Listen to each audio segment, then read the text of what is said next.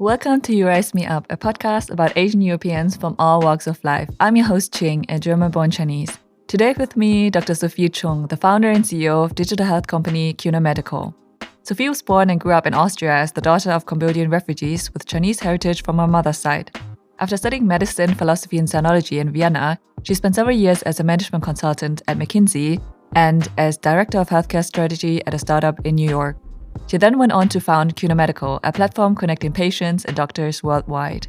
Sophie has been featured in all kinds of media and is considered to be one of the most influential women in business in Germany. Thank you very much, Sophie, for taking the time to take part in the podcast. Absolutely. It's a pleasure and Happy New Year. Thank you. Happy New Year. So, Sophie, there are plenty of articles, videos, and podcast episodes about you as a founder and CEO of CUNA Medical. I also found one German article that went a bit deeper into your family background and upbringing. But after having met you and knowing what an interesting person you are, even beyond your venture, I really wanted to take this opportunity to focus more on you as a human and how your cultures and experiences have shaped you as a person. So, to start, I was wondering, how would you describe your upbringing and cultural background? Where is home for you, and what was it like for you to grow up in Austria as the daughter of Cambodian-Chinese parents? Wow, where do I start? As you said, I grew up in Austria in between three cultures. I had kind of the Chinese part of my family, which comes from my motherly part. I had the Cambodian part of my family, which comes from my dad's part. And I grew up in Austria, so I had the Austrian part of culture as well. And I think as a child, it never really occurs to you that there are three different cultures and sometimes assumptions might clash and all of these things. But looking back, what this did to me was understanding that there are cultural standards, which from the outside might make sense or might not make sense, but from within the system, they do. And that led me to a place where I can appreciate different cultures coexisting without having to judge everything that I see. I think that's kind of one large part looking back that I'm super grateful for. And to your question on where's home, that has been a tough question for me for a very long time because, I carry an Austrian passport and on paper, I'm Austrian and nothing else. But I don't look Austrian in that sense, right? And I think that was something I struggled with a little bit, to not have a place where I fully felt home. So, for example, when I was 11 years old, I went to Cambodia the first time. And it was the first time where, I was in a country where everyone around me looked like me. And it was amazing. Like, nobody gave me stares, nobody gave me weird looks. But then at the same time, when I spoke Cambodian, I had a strong German accent, right? And then as soon as I opened my mouth, people knew I wasn't there. So there was a lot of confusion. Fast forward to today, I would say really home is where you feel home. But now I do introduce myself as an Austrian. Is that a conscious choice, the fact that you introduce yourself as an Austrian? Yeah, because I think that's kind of the closest of what I am in terms of official paperwork, but also where I grew up, the set of values, the language I speak the best is Austrian and all of these things. And obviously, my name doesn't sound Austrian. I don't look Austrian and I come as a full package. But if somebody would ask me which culture or which country you feel closest to, I would say it would be the Austrian culture.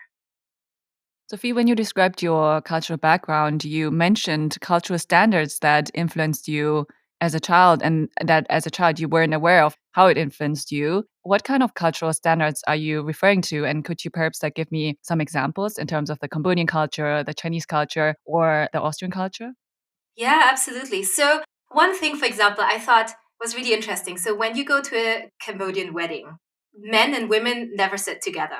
So, on one side, the men sit, and when you are having kind of the wedding reception, not during ceremony, but when you have the reception, there are tables where only men sit, and there are tables where only women sit. So, when I would go to a wedding, my dad would sit somewhere, and I would always sit with my mom. And I never questioned that. For me, this was so normal. It wasn't even weird or anything until I was older. And I started to attend other weddings. And even then, I didn't even question this because, a Cambodian wedding is a completely different context than an Austrian wedding. But looking back, I was like, oh, really interesting. And, somebody who wouldn't understand the culture, they would look at it and they would make assumptions or judgments. And would say things like, oh, it's very discriminatory. But really, it never occurred to me like this, or it never came across like that. So I think that's kind of almost like a positive example where culture standards are not transferable between different cultures necessarily. Another example is, and this is maybe something you can also relate to, especially in Asian culture, if you want to put it like this, you do respect the elderly more, right? Like the fact that somebody is older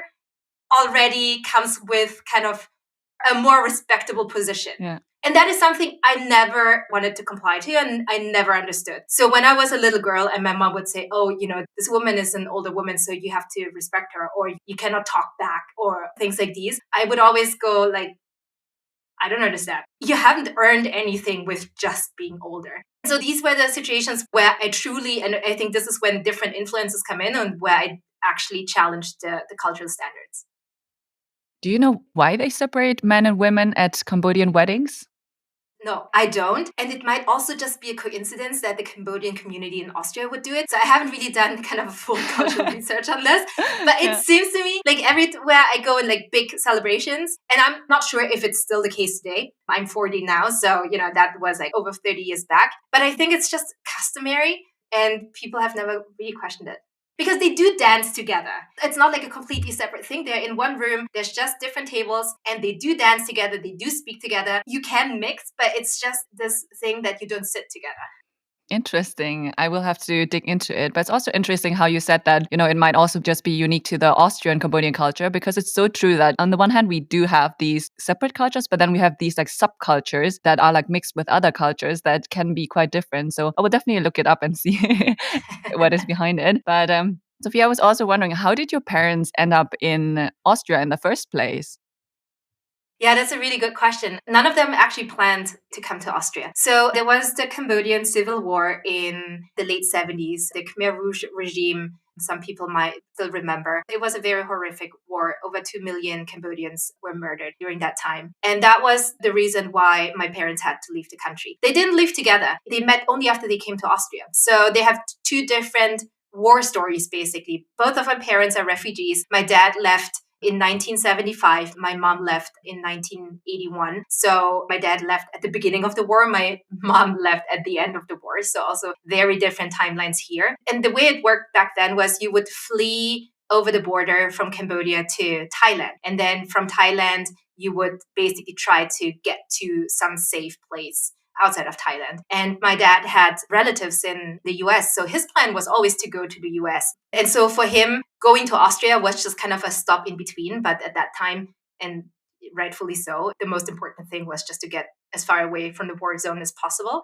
But then he came to Austria and then he started a job and all of these things, and he basically got stuck here. And similar story with my mom. My mom also ended up in a refugee camp in Thailand, and she had relatives in France. So her plan was to go to France. But also here, basically the next plane she could get onto was a plane to Austria. And she was like, okay, Austria is close enough to France, so let's do that. And she had her youngest sister with her. And my mom and her sister were the only two survivors of the whole family after the war. So my mom wanted to make sure to, get into safety as soon as possible. And so she ended up in Austria and also here, kind of got stuck here and basically never looked back. And this is when my parents then met in Austria. Ah, but like, how did your parents meet? So because my dad came so much earlier than many other refugees coming from Cambodia, he basically was one of the go-to people in Austria for Cambodian refugees. So my dad was the founder of the Cambodian community, like the Cambodian Association, for example. My dad became one of two, now he's the only one again, licensed Cambodian German translators for court and legal reasons and all of these things. And my dad also wrote a dictionary for the newcomers so they could communicate in basic words in German. So he wrote a basic German Cambodian dictionary so people could communicate and kind of, communicate that they're in pain or they're hungry and things like these. And he basically put his name as an author on this to the dictionary. And when my mom came and arrived in the refugee camp in Austria, she was handed that dictionary. And so she read this name and then she was like, wow, this must be an amazing person who would, write this type of dictionary for his own people arriving in Austria.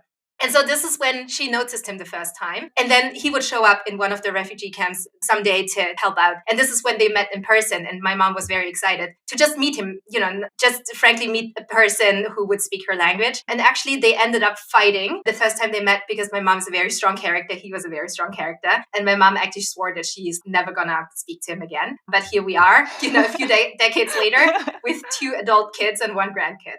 Yeah. Wow. But do you know what they fought about? Yeah, well, it was, both of them were very strong characters and both of them are slightly, I don't want to say arrogant, but are very confident. So my hometown is Linz in Austria. And my mom had other relatives in Linz back then. And my dad asked my mom where her relatives would be. And my mom said, in Linz. And then he said, where? And she thought he didn't understand Linz. So she said it again. But he wanted to understand which part of Linz. So that discussion went back and forth. And at one point, he said something along the lines of, it's really not that hard to kind of answer my question or so. And she basically blasted back. And yeah, so it was a minor thing, but you can already see the strong characters coming together. And so, Sophie, first of all, since your parents were so immersed in the Cambodian community in Austria, did you also have a lot of Cambodian friends then growing up, Cambodian Austrian friends? And also, what was it like to grow up in a household with 2 such strong characters that are really impressive in their own right? Yeah. So sometimes when I was still living at home and my mom would accuse me of being too stubborn, I have a good reason to respond to them to just look at themselves and making me being the product of it. So I geared up on my arguments on my right to be stubborn and strong as well. So I turned this into an advantage for me. Growing up, so to start with, the Cambodian community in Austria isn't really large. When I grew up, I think we were 500 people in whole of Austria or so, at least below 1,000 people. So there weren't that many to begin with. And then also because my family's half Chinese, half Cambodian, I kind of really grew up in between. And in addition to that, I think my parents, for example, my first name is Sophie, which is a European name. My parents were always super conscious about integrating themselves into the society. So I grew up as a Catholic child as well. So I went to church and all of these things because my parents came with the mindset and say, we already look different. Our last name is already different. Let's not try to be more different than we already are because this won't come as an advantage for us. So they really tried to connect to the Austrian part of our community and the friends and things like these. So I wasn't really fully immersed in growing up surrounded by Cambodians or Chinese. Obviously, I had friends there. We had family friends there and things like these, but it was really, really mixed. And that's something that I kind of miss a little bit. And that's something I noticed when I went to school in the US. And all of a sudden, there were so many Asians around me. And, we come with a certain cultural background. Our parents have a certain set of values that we can relate to. We eat specific type of foods that we can kind of connect over and things like these. So growing up, I never understood if what I was doing was just me or whether it was the Asian part in me or maybe it was just kind of something strange. And all of a sudden I was like, holy shit, there are millions of people who who are like me and who think like me and who love bubble tea and all of these things. And so for me, sometimes I feel like I miss the Asian part in growing up a little bit. Yeah, but speaking of being Asian, I don't actually know a lot about other Asian cultures apart from the Chinese one. I've just noticed that, I find it easier to connect with people who also have some kind of Asian culture background. And when it comes to Cambodian culture, I know absolutely nothing about the Cambodian culture apart from the stories about the civil war and the pictures and articles I've read. And so I was actually wondering, what would you say is the biggest difference between the Cambodian and the Chinese culture in your own words? Wow, that's a really difficult question. To be honest, fundamentally, there isn't much of a difference because usually when you look at kind of the big cultures and what makes them different, it's typically religion, right? Which has a huge impact on culture and cultural beliefs and standards and values and things like these. But basically, almost whole of Southeast Asia are Buddhists. Then the other part is food and what you eat is a big part of culture. And also here, it's a big melting pot, right? Yes, there are Chinese dishes, there are Cambodian dishes, there are Thai dishes and Vietnamese dishes. But when you look at them, each culture has noodles and rice and all of these things. And it's quite similar to each other. So it's really hard for me to really pinpoint and say that's the biggest cultural difference. I think one thing that has struck me a lot in terms of similarities That's when I look at Southeast Asia or Asia, what really strikes me is that there are many, many cultural similarities. And one thing, for example, that I feel like all of us can connect, no matter what your Asian background is the appreciation for education. Yeah. Right? Like these are kind of the households that we grew up in, and having good grades was kind of the number one priority for many of us. So I feel like differences for me really hard to pinpoint, but a lot of commonalities. I see. Sophie, you are like a role model for many people in the way you carved your own path and found success in like rather male dominated fields such as medicine, management consulting, and entrepreneurship.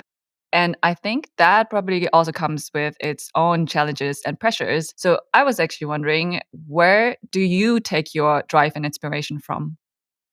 I think I take my drive and inspiration from my own frustration. Number one, of having been underestimated and unseen for quite a while when I grew up, and I can comment on this in a moment. And also because I've always had this drive to strive for more than what I have. And I think I've always been a restless person, in the sense of I would never be satisfied with what I have, but I would always ask myself, what's next?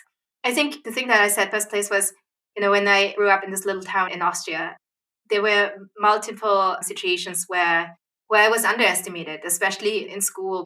So, for example, when I went to grammar school in the first year, I was basically best in class in English. And when my parents went to the parent teacher day, my English teacher asked my parents if we would speak English at home. And that definitely not coming from a bad place, that question. But what that teacher is suggesting, that otherwise there wouldn't be an explanation for my academic performance, right? It's like, I don't think he would have asked any other Austrian parents if they would speak English at home if their kid was good in English. And all of these things happened multiple times. And it's almost like I have to prove myself. And I think this is part of the energy. And I must say that that part is decreasingly strong. I think it was much stronger when I was in uni, when I needed to prove myself that I can graduate and become a medical doctor. And I think over time that becomes smaller. And the other part of really wanting to contribute to a better world, a better society, of building some sort of product or service that can outlast me, and all of these things. I think those are things that become increasingly stronger. Wow, Sophie, every time I listen to you talk, I find it so funny how familiar some of the experiences you share with me are. That exact example that you gave about your English language skills, I never thought about it much, but it really took me back to that moment when a teacher asked me why my English was was so good, because English was always one of my favorite subjects and I was also like really good at it. And they always asked me like, okay, why is your English so good? Do you speak English at home? Like, where does it come from? And I tried to explain. I was like, oh, I read English books, like I've started watching Chinese series with English subtitles and stuff like that. And instead of like attributing that to my abilities, To your intelligence. yeah, exactly. The teacher actually said to me, and it only stands out to me now, but she said to me, she was like, that must be it, that must be it. The subtitles, that really makes a difference. And like looking back at it now, I can really see how that is actually so weird to try to find explanations for why, someone would be good at something, because you're basically excluding the possibility that they are Yeah. and that they just like work very hard for it, right? Absolutely. Absolutely. And I think, what you're saying is so important. I'm sure these experiences in school, if we would ask 100 other immigrant children here in Germany and Austria, we would all be able to connect over those similar experiences. And that's why, in the end, it's a systemic kind of issue. And for a long time, I thought I was alone with this. I thought it was because of me rather than a system behind it. And I think that's what I meant when I said, I missed kind of the Asian part when growing up. There was just no reference point that allowed me to calibrate what's acceptable and what isn't. Yeah, that definitely resonates with me too. And I mean, it's the reason this podcast exists because, I mean, just by talking to people like later in life, I just realized how common these experiences are. And I just want things to change. Like for the next generation, I want them to grow up like being proud of it, because I don't know about you, but I really tried to hide the Asian part of me at first, because I was like, oh, I want to fit in. I want to be like them, not realizing that what makes you you, like what makes you weird or different, which is often associated with this being something negative, it is actually also what makes you unique and what is your unique potential, as they would call it nowadays. Yeah, no, 100%. I think being in a place right now where I can be proud of my heritage and what I've achieved and me as a person took a long time. And I think this is something that many can relate to. I was speaking to another friend of mine, also of Chinese heritage, and she grew up in Germany as well. And she told me that her early childhood friends were so embarrassed to be her friends that they had to go to the cemetery to meet. What? Yeah. So her friends, her German friends, didn't want to be seen in public with her. And mind you, she's like a little girl, like a 5-year-old or 6-year-old or so. And so they always had to go to places where there were new people. So they chose the cemetery to meet up to play. And this is kind of what you grow up with, right? And this does something to you when you grow up. And it's constantly being communicated to you, not directly in words, but by the actions of others, that you are not worthy, that you are not being appreciated the same way, and all of these things. And this accumulates. And it takes some work and it takes some time to actually, break this up and turn this into a positive force. Yeah. Yeah, definitely. Oh my gosh, I don't know. I was just a little bit shocked when you told me the story. I was shocked too. Yeah, a little girl, like going to the cemetery just because her friends, who are probably not really her friends, or like they're just children, they don't understand, but Yeah. that they have to hide in the cemetery to not be seen with her. I think that really creates like a deep sense of shame over like Yeah. who you are. But I've also been wondering, especially in recent years, if that is actually the reason that a lot of Asians are actually very successful because of this initial need to prove themselves and this urge to somehow, prove their worth. How do you think about that? So a while ago, I actually did quite some research because when you look at immigration research, it's really interesting that there seems to be the notion of kind of successful immigrants versus unsuccessful immigrants. And I'm not saying this is my opinion, but that's kind of part of the public discussion. Yeah. So I did some research on this, and there's a lot of also international, really interesting research on this. So there is one thing that connects the success of immigrant families or people with their life success, no matter whether it's kind of professional or career-wise or academic and all of these things, if that's the endpoint that you want to measure. And the one common connector is the appreciation for education within the family. So it doesn't really matter which social class the family is from. It doesn't really matter whether you are like first, second, third generation immigrants. It doesn't matter which country you're from. But what determines success the most is the appreciation for education. And when you look at it, it's really the case. And one study I read, and that's an older study, and I hope I'm citing this correctly, was about Middle Eastern families and their academic success of the children. And so there's this notion, especially in Europe, that people from Muslim countries aren't successful or that they are criminals and all of these things. Again, that's a public notion. And then when you look at the data, you can see that, for example, people of Persian descent from Iran overperform all other Middle Eastern countries. They overperformed in professional success. And then when you took a closer look, you saw that they had an overperformance in educational success as well. So there's this thing that says it takes you like 3 generations or so as an immigrant family to actually catch up, but you can accelerate that by academic success. So you can skip social levels if you can focus on academic success and put your kids into the right schools and make them successful. And I think that's kind of what you see when you look at the database, that Asians maybe are academically more successful and therefore kind of professionally also more successful. But there's one thing, and that's something that is being seen in the US. And, there's this term of a glass ceiling for women in the professional life that at one point they don't get promoted anymore. There's this term of a bamboo ceiling where kind of employees of Asian descent at one point get discriminated. So it's really interesting because we do get good grades and we get all the good jobs, but we don't get to become CEOs. Yeah, that actually reminds me of a conversation I had with the founder of the Asian Hustle Network. He actually told me that that is exactly why he started it, because he spent like 10 years or so in software engineering. But when it came to getting to the next level, he was always told the same thing, like, oh, you haven't displayed like these characteristics or that criteria and so on. And then he did what anyone who is continuously told that they are not good enough would logically do, which is to quit. But then he started talking to other actually Asian men that were also working in software engineering, and he discovered the exact same problem, like over and over again. They were always told the same. And I really hate it when I tell people about these kinds of experiences, because the ones that haven't experienced it, usually when I first do that, I'm being told, oh, it's just a meritocracy. It depends on your skill level. This is probably an exception. There's no bias attached to it. But what we often forget, I think, is that biases are inherent in the human mind and our behaviors. And I think it's very concerning that the burden of proof often lies with the person who is being discriminated against. Like, of course, you also don't want to adopt a victim mindset, but I thought it was really interesting because that was one of the first times I had heard of the bamboo ceiling. But I do believe that it exists. I did not want to believe that it existed because in the past, I also really wanted to buy into that idea that,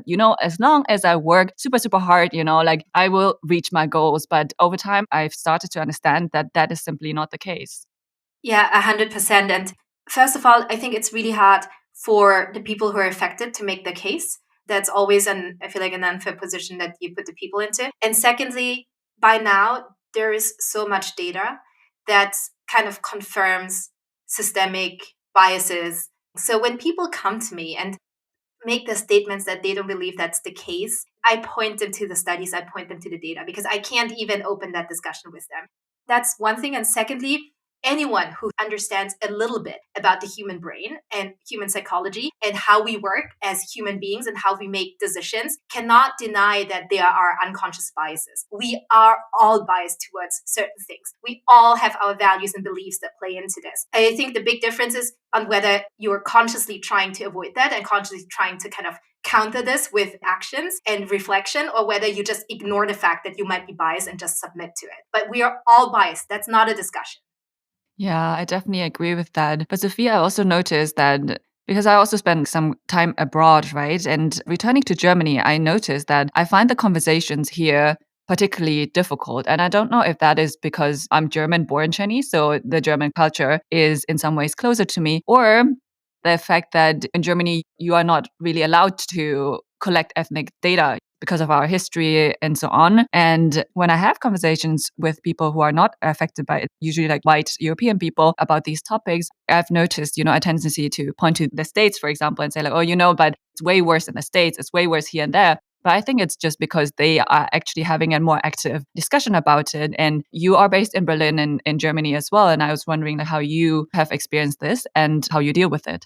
Yeah, I think I'm not sure if it's because of the lack of data in Germany that might contribute to this, but I think, a major driver of that is that the German society is still quite homogeneous compared to the US or the UK, for example, or even France, right? Like when you look at the German parliament, for example, it's very, very homogeneous, especially when it comes to ethnic minorities. So I think we're I don't know whether it's a few years or a few decades, but we're definitely behind other places. I mean, when I was living in the US, you would see fourth, fifth generation Asians who don't even speak any Asian language anymore. They would grow up with English only because they're already so far away from their immigration origin, right? And that's something you don't really see yet here in Germany because I think the immigration history is just a little bit younger. I would say that's kind of what's striking to me. My partner is from the UK, so I spent quite some time there as well. And what's striking to me is that when you take the subway, it's super, super diverse. You hear all types of languages and all of these things. And also here, you have multi-generation immigration happening already for a very long time. So you have kind of the factor of time and the factor of amount of different cultures and people mixing with each other, which I think accelerates the part of integration. And here in Germany, yeah, we're far behind. And the current political situation, I don't think is helpful either. But Sophie, because you said that education is the one thing that connects us across all social levels and also different Asian cultures, where do you think that deep appreciation for education comes from? Because I first thought, like in the context of my own family history, that it was because, my parents didn't get to go to university, because education is associated with wealth or with success. But where do you think that it comes from? Because it seems to also be a theme across socioeconomic levels. Yeah, I don't know for all of the societies. I have one explanation for me, but it's not applicable to everyone, I think. So next to medicine, I also studied sinology, which is a Chinese study. So it's not just the language, but kind of everything that comes with it. And back in China, when you became a state servant, that was kind of a very respectable and respected position if you got to work there. And in order to get there, you had to study and had good grades. And so that's kind of one thing that I got to learn, combined with so my grandfather, my mom's dad, was a doctor and a pharmacist, and he is from China. And he always wanted his sons to become state servants as well, just because that was such a respectable thing. And for that, you needed to have good grades. So for me, that was kind of an aha moment to say, maybe this had an influence, the fact that you could break out of your socioeconomic situation by going to school and study hard and getting good grades and getting a good job. But also, I know that that system wasn't implemented everywhere. So, yeah, I don't know. I see. Sophie, you are, by a lot of different measures, a very successful person, not just academically, but also professionally. And I would also say personally. And I was wondering, from your perspective, what are you proudest of in terms of your achievements? What are you the proudest of? Mm. Well, as you know, we Asians are not really good at being proud of ourselves. Yeah. So it's a very uncomfortable question to receive. And to be quite honest, it's still tough for me to answer. And that's also something that I'm working through. And I also have a coach, for example, who I have this genuine discussions with. And she always says to me, she's like, how much more do you need to achieve? So you feel like you have achieved something, or how much more do you need to achieve in order for you to feel accomplished, because that's kind of one part of the discussion. So I think, looking at that, I don't feel like there is this one thing I can put out there and say, this is the proudest moment, or this is what I'm the proudest of. I think that there's still more to come in my life. And hopefully, next time we talk in a few years, I have a better answer for you. But there are a few little moments, or not so little, but more fragmented things that I'm super proud of, obviously. And that's something we already touched upon, that I speak so many languages and that I combine so many cultures in one person, and have developed such a good understanding for different cultures. And I think that's also allowing me to be very empathetic towards different people. And that's something that I pride myself in. I pride myself in having taken the leap of leaving a very safe professional career as a doctor, and then, as somebody in business, to start my own company as a single female founder when everyone is telling you you can't do it. I'm super proud of that. I have a super cool little daughter who is an awesome person, and all of these things. So there are many, many kind of very personal things that bring me joy and I can be proud of, but there isn't like the one thing. And maybe there won't be, maybe that's not, the thing that you should be striving for, but there isn't the one thing that I'm most proud of, I would say. But Sophie, if someone would ask you, Sophie, can you tell me in like a sentence or two what success means to you? How would you define it? Well, I don't think that there is this one definition of success, because I feel like success comes in many different layers, right? I think the most straightforward answer would be personal happiness or contentment. And I can't relate with that type of answer, because for me, this is too vague, because there's so many things that contribute to personal happiness. So I do think, though, that, and that's kind of something that I always challenge myself with, is like, if I'm lying on my deathbed and I'm looking back, is this something I would regret, or is this something I would miss? So I think for me, success means if I'm lying on my deathbed and I'm looking back at my life and there isn't really much I regret or miss not having done, then that would be my ultimate success in having lived the life I wanted to live. And that includes many things. That's professional success, that's financial success, that's, success in building a family and keeping the relationships with my friends, and all of these things. But it's just a very personal view on things. It's interesting because I actually do the same, like with that image of lying on my deathbed and looking back on life to make decisions. It really forces you to reevaluate what is really important to you and what isn't. But yeah, Sophie, since you mentioned your daughter, I couldn't help but think about the fact that, when I met you and the first time you mentioned your daughter, I couldn't help but think like, oh, wow, like how lucky she is to be growing up with a parent like you and a role model at the same time. But it reminded me of something you said, that you, from a very early age on, knew like, oh, you don't know whether you want to have children, and it is not an essential part of your happiness. Like, even if you didn't have a child or never got married, you would still be happy. And that really surprised me because I hear from a lot of women that that is something that is very important, which is probably also not unrelated to all the societal expectations that are being put on us. So I wanted to hear from you. How did you know so early on, and how did you manage to form your own expectations and separate them so clearly from those of your parents or society? Yeah, so I've said from a very early age on that my level of happiness in my life will not depend on whether I will have children or not. And I think so. I like to be in control, I think, in my life. And obviously, you can't control everything, but I didn't want to make my level of happiness dependent on something I can't fully control by myself. And I think that was a big contribution to how I view having a family and having kids. Number one. Number two, I always like to be independent. And so also here, if I would be dying tomorrow and I would look back and I was unmarried and would have no child, that wouldn't be the thing I think I would regret. And that's something I've been thinking about for a very long time. And as I mentioned to you, I turned 40 last year. And so a lot of, especially women within my group of friends who might be slightly older or slightly younger, they are exactly in that wheel of pressure of unhappiness and all of these things. And I always ask myself how much of it is indoctrinated by society and how much of it is really your true wish to have a child and have a family. And don't get me wrong, having a child is amazing. And I can only recommend this to everyone. But I completely understand every person who says, that's not for me.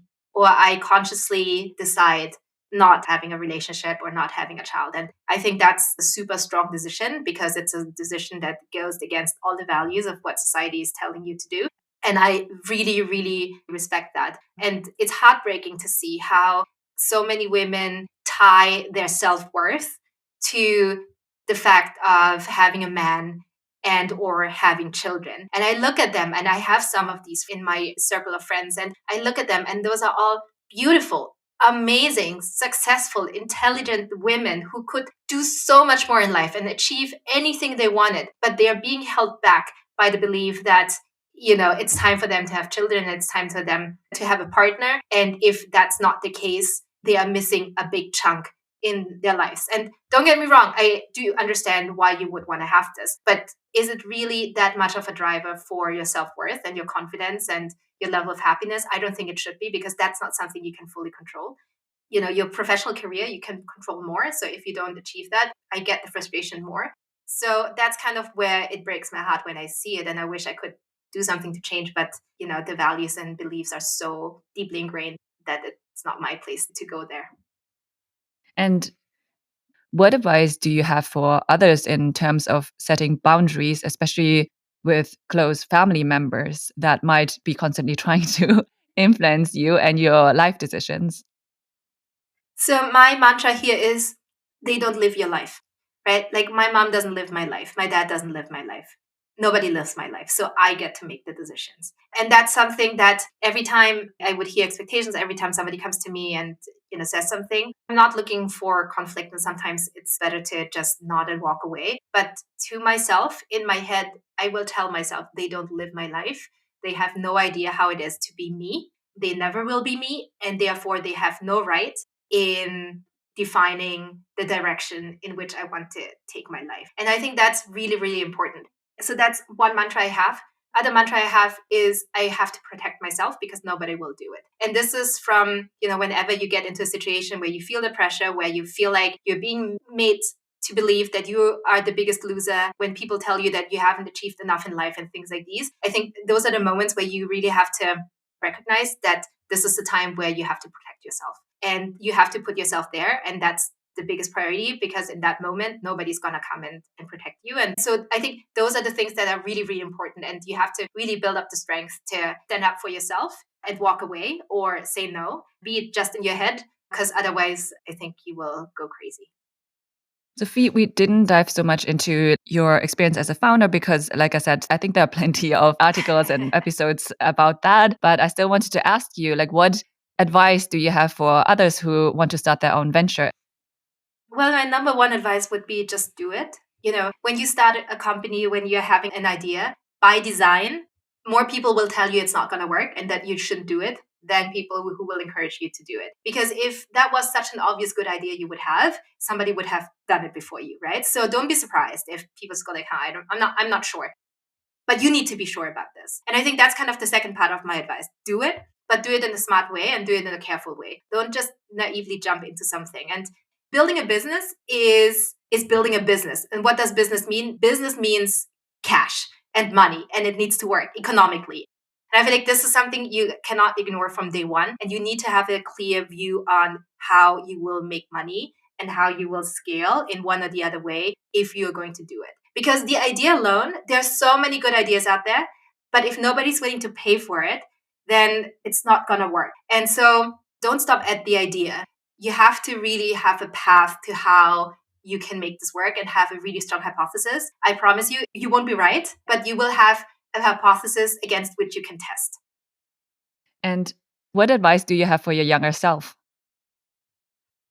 I think for my younger self, I would tell myself, take more time. When I was younger, I was triple majoring. I had 3 jobs in uni. I never went on vacation. I was always working because I felt like I always had to hustle. I needed to build my career as fast as I can. While my friends were traveling, I was working. And even, so for example, I did a semester abroad in China, and on the weekends, all my schoolmates would go and travel to China. I didn't. I only stayed in Beijing for like 3 months because I took the weekends to study and all of these things. I sound like a really horrific character back then. No, but I was really nice, but I was always so driven and under pressure. And so I think the advice I would give myself is it's okay, take a break, and also sometimes kind of just stop to enjoy life. That's very good advice. Okay, Sophie, thank you so much for taking the time in your busy schedule. And also thank you for sharing and taking part in the podcast. Thank you so much. It was a lot of fun. Thank you, Sophie. And if you're a listener and you enjoyed this episode, I would really appreciate it if you could take the time to rate or share this podcast on whatever platform you're on. That would be of great help. Thank you.